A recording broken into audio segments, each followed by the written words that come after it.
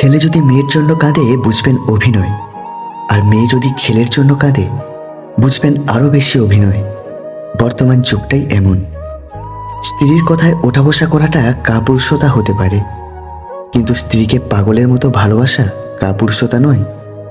একটা জিনিস খেয়াল করে দেখবেন, আপনি যদি কাউকে মন থেকে ভালোবেসে ফেলেন, আপনার মধ্যে কোনো রকম লজ্জা শরম থাকবে না। আপনি আপনার ভালোবাসার মানুষটাকে পাওয়ার জন্য আপনাকে যদি সবার কাছে ছোট হতে হয়, সেটাও করতে আপনার দ্বিধাবোধ করবে না। আপনার মধ্যে কোনো রকম সংকোচবোধ কাজ করবে না। যেটাই হোক না কেন, আপনি শুধু তাকেই পেতে চাইবেন, কিন্তু শেষ পর্যন্ত আপনি তাকে পাবেন না। আপনার জীবনটা কাটবে অত্যন্ত কষ্টে। ইগো শুধুমাত্র ছোট 3টি অক্ষর, কিন্তু শক্তি এতটাই বেশি যে 12 অক্ষরের রিলেশনশিপ নামক শব্দটাকেও ভেঙে দিতে পারে। জীবনে ভালো থাকতে চাইলে 5টি কথা মেনে চলুন। 1. কথা কম বলবেন। 2. কানে কম শুনবেন। 3. রাগ কম দেখাবেন। 4. মানুষকে আপন কম ভাববেন। আর 5. যত বোকা মানুষ হবেন তত সুখে থাকবেন।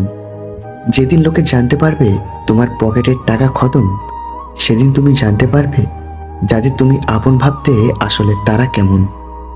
মরিচা আর অবহেলার মধ্যে কোনো পার্থক্য নেই। মরিচা ধীরে ধীরে লোহাকে ক্ষয় করে, আর অবহেলা ক্ষয় করে মানুষকে। শরীর খারাপ হওয়ার থেকে মন খারাপ হলে নিজেকে বেশি দুর্বল লাগে। সত্যি একটা সময় পরে মানুষের চেহারার সৌন্দর্য নষ্ট হয়ে যায়। নষ্ট হয় শারীরিক সব সৌন্দর্য, কিন্তু কোনো মানুষের ভালো ব্যক্তিত্ব বা চরিত্র কোনোদিনই নষ্ট হয় না, বরং যতদিন যাবে আরও প্রশংসিত হবে। নিজেকে ভালো রাখার সবচেয়ে ভালো উপায় হচ্ছে সন্তুষ্ট থাকা এবং কারো কাছে কিছু আশা না করা। মেয়েরা ছেলেদের কাছে টাকা চায় না, চায় একটু ভালোবাসা, যত্ন আর সময়। মেয়েরা এগুলো পেলেই সেই ছেলেকে তার শরীর মন সব উজাড় করে দেয়।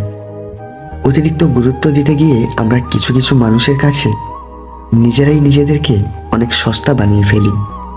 2 হাত দিয়ে একসাথে 10 জনকে মারা যায় না, কিন্তু 2 হাত জোড়ো করে একসাথে 100 জনের মন জয় করা যায়। চাইলেই অনেকগুলো রিলেশন করা যায়, কিন্তু চাইলেই সবাইকে মন থেকে ভালোবাসা যায় না। দিন বদলায়, বদলে যায় মানুষের মন। কেউ নিজের স্বার্থে দূরে চলে যায়, আবার কেউ ভালোবাসার টানে থেকে যায়। কেউ অতীতকে ভেবেই দিনরাত কাঁদে, কেউ অতীতকে ভুলে নতুনকে নিয়ে স্বপ্ন দেখে। কেউ সত্যি বলে, কেউ মিথ্যা বলে, কেউ আবার অভিনয়ও করে। এটাই হলো জীবন। তুমি অযোগ্য মানুষদের বেশি গুরুত্ব দিলে তারা উল্টে তোমাকে অযোগ্য ভাবতে শুরু করবে। আপনি যখন প্রিয় হবেন, অন্যের নিন্দা আপনাকে শোনাবে। আপনি যখন অপ্রিয় হবেন, আপনার নিন্দা অন্যদের শোনাবে। এটাই বাস্তব।